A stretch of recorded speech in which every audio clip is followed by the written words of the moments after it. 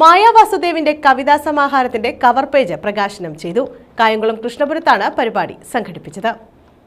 കവയിത്രി മായാ വാസുദേവിന്റെ കവിതാ സമാഹാരമായ മഞ്ഞുതുള്ളികളുടെ കവർ പേജിന്റെ പ്രകാശനം നടത്തി. കായംകുളം കൃഷ്ണപുരം കൊട്ടാരത്തിൽ നടത്തിയ ചടങ്ങിലായിരുന്നു കവർ പേജ് പ്രകാശനം ചെയ്തത്. ഇതോടനുബന്ധിച്ച് സംഘടിപ്പിച്ച സമ്മേളനം അഡ്വക്കേറ്റ് സുരേഷ് കുറത്തിക്കാട് ഉദ്ഘാടനം ചെയ്തു.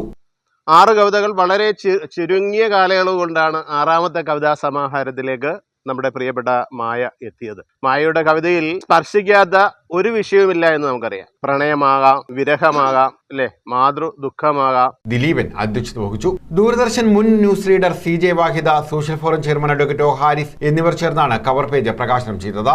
TM Suresh Kumar Olaketti, Sreejith Pathiyoor, doctor Sushama Ajayan, Maya Sanjeeva, VP Amarnatha, PS Laji, Geetha, Akshaya V Kumar തുടങ്ങിയവർ പങ്കെടുത്തു. എന്റെ 6ാമത്തെ കവിതാ സമാഹാരമായ മഞ്ഞുതുള്ളികളുടെ കവർ പേജ് പ്രകാശനമാണ് ഇന്നിപ്പോൾ ഇവിടെ കഴിഞ്ഞത്. എന്നെ ഏറെ സ്നേഹിക്കുന്ന ഓണാട്ടുകരയുടെ തന്നെ ഏറ്റവും പ്രമുഖ വ്യക്തിത്വങ്ങൾ പങ്കുചേർന്ന ഒരു ചടങ്ങായിരുന്നു ഇത്. എനിക്കത് അതീവ സന്തോഷമുണ്ട്. കാരണം എൻ്റെ ഓരോ ചുവടുവെപ്പിലും എന്നെ കൈപിടിച്ച് മുന്നോട്ട് നയിക്കുന്ന പ്രമുഖ വ്യക്തികളാണ് ഇവരെല്ലാം. News bureau, Kayamkulam.